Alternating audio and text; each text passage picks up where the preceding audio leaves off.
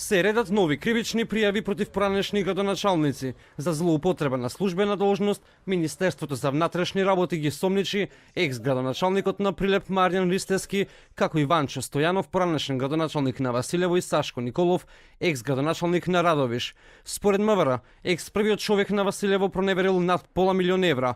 Пријавата е за малверзации при исплата на одштета од поплави, оштетувајќи го буџетот во износ од околу 600.000 евра. Тврди дека новиот градоначалник Маријан Јанев води политичка хајка против него. Во телефонски разговор Стојанов појаснува дека не ја злоупотребил службената положба и дека не потпишал никакви решенија за исплата. Не, решенијата ги потпишуваше председателот на комисијата и членовите на комисијата. Имаше формирано две комисии, од која едната беше за инфраструктурни објекти, а едната беше за земјоделски имоти на граѓаните на општина Василево.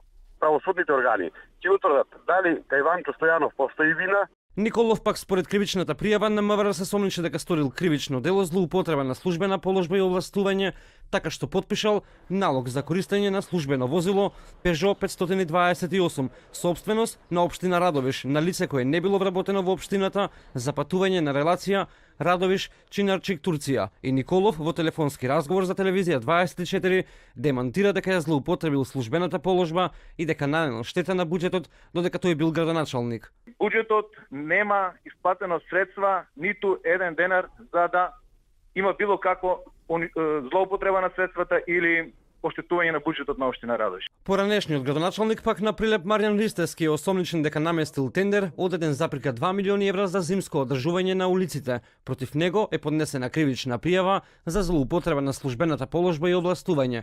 Ристевски не беше достапен на телефонските повици. Претходно, Министерството за внатрешни работи поднесе кривични пријави против Арсен Шолексовски, екс-градоначалник на Крива Паланка, како и против екс-градоначалниците на Свети Николе и Новосело.